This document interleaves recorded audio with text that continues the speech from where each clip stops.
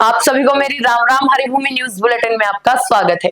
तो आज की वीडियो में हम सबसे पहले बात करते हैं पाकिस्तान की।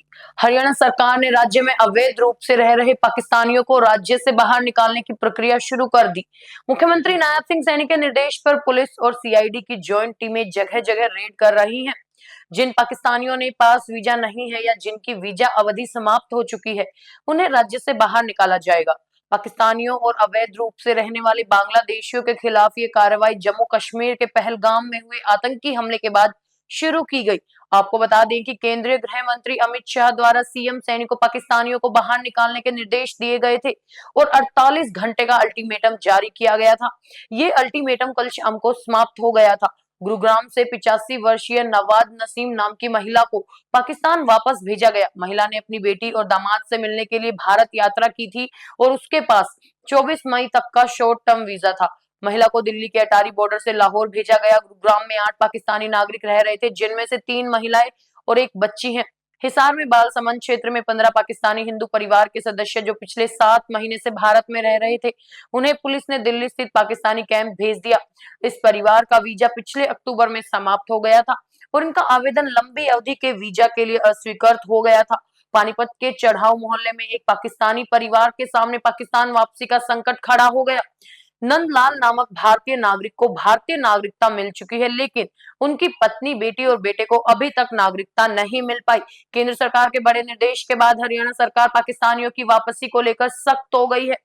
अब बात करते हैं कलयुगी बेटे की, जिसने अपनी मां की पीट पीट कर हत्या कर दी।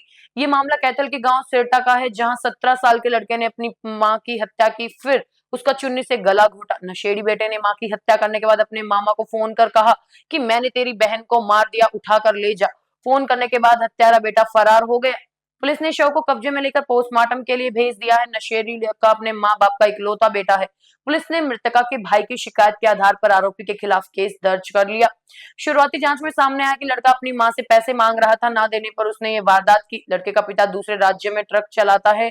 मृतक महिला के भाई के अनुसार उसका भांजा नशे का आदी है। वो रोजाना अपनी मां से नशे के लिए पैसे मांगता था, रुपए न देने पर मारपीट करता था। अगली खबर अंबाला से आ रही है। अंबाला के हिंदू संगठन भारी लोगों पर नकेल कस रहे हैं। विश्व हिंदू परिषद और बजरंग दल के सदस्यों ने अंबाला के मंडे मार्केट में किसी भी भारी व्यक्ति को कारोबार नहीं करने की चेतावनी दी। जम्मू कश्मीर के पहलगाम में हुए आतंकी हमले के खिलाफ अंबाला में भी अभी भी विरोध प्रदर्शन जारी है। आतंकी हमले के खिलाफ गुस्साए हिंदू परिषद के सदस्यों ने एकजुट होकर अंबाला कैंट में आयोजित मंडे मार्केट में अपना गुस्सा जाहिर किया। विश्व हिंदू परिषद, बजरंग और अन्य संगठन अंबाला में बाहरी लोगों पर शिकंजा कसने लगे हैं। केवल उन्हीं लोगों को कारोबार की इजाजत दी गई है जो अंबाला के स्थानीय निवासी हैं। इस मौके पर पुलिस को भी शिकायत दी गई थी, जिसके बाद भारी संख्या में मंडे मार्केट में एसएचओ की अगुवाई में पुलिस पहुंची। अब खबर पानीपत से, जहां एक युवक के प्राइवेट पार्ट में प्रेशर मशीन से हवा भरकर उसकी बेरहमी से हत्या करने का मामला प्रकाश में आया है। हवा भर जाने से युवक का पेट फूल गया और शरीर की नसें भी फट गई। बताया जा रहा है कि हादसे के वक्त फैक्ट्री मालिक और इंचार्ज मौके पर मौजूद थे, लेकिन उन्होंने आरोपी को रोकने की कोशिश तक नहीं की और खड़े होकर तमाशा देखते रहे। वारदात के बाद आरोपी मौके से फरार हो गया। पुलिस ने शव कब्जे में लेकर पोस्टमार्टम के लिए भिजवा दिया। पुलिस इस मामले में मुख्य आरोपी समेत 3 लोगों के खिलाफ केस दर्ज कर रही है। मृतक की पहचान कानपुर के रहने वाले 18 साल के कन्हैया के तौर पर हुई। वो 5 साल से पानीपत के औद्योगिक क्षेत्र में काम कर रहा है।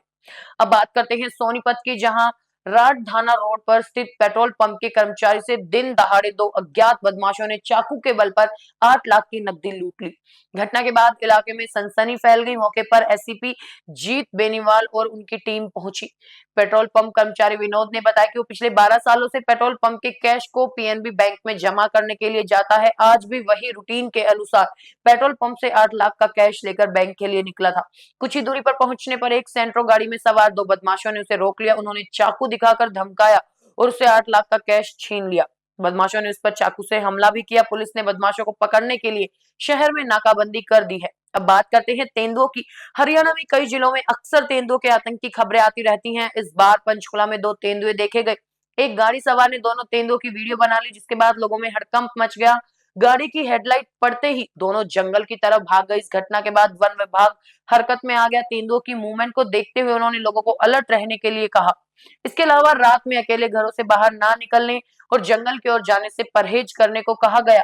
इस इलाके में पहले भी 2 तेंदुए पहाड़ी पर घूमते हुए देखे गए थे। लोगों ने उनकी वीडियो भी बनाई थी।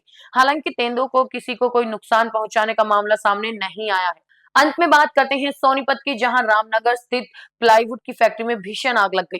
आग इतनी फैल गई कि फायर ब्रिगेड की 10 गाड़ियां मौके पर पहुंची और आग बुझाने की कोशिशों में जुटी रही, लेकिन 3 घंटे बाद भी आग पर काबू नहीं पाया जा सका। रामनगर स्थित औद्योगिक क्षेत्र में रामपुर प्लाईवुड नाम से फैक्ट्री है। फैक्ट्री में लकड़ी के दरवाजे बनाने का काम किया जाता है। कल देर कर्मचारी फैक्ट्री में काम कर रहे थे, तभी अचानक से शॉर्ट सर्किट से आग लग गई। देखते ही देखते आग ने इतना विकराल रूप धारण कर लिया। फायर ब्रिगेड की गाड़ियां सोनीपत, कुंडली, बड़ी और गन्नौर से मंगवाई गई, लेकिन 3 घंटे बाद भी आग पर काबू नहीं पाया गया। आग लगने से फैक्ट्री में रखा सामान जलकर राख हो गया। इसके कारण लाखों के नुकसान की आशंका जताई गई है। हरियाणा की ऐसी ही मुख्य खबरों से जुड़े रहने के लिए हमारे चैनल पर बने रहिए। वीडियो अगर पसंद आया हो तो उसे लाइक करें, शेयर करें, सब्सक्राइब करें। खबर को अगर विस्तार से जानना है तो हरिभूमि अखबार पढ़ें या फिर हरिभूमि वेबसाइट पर जाएं।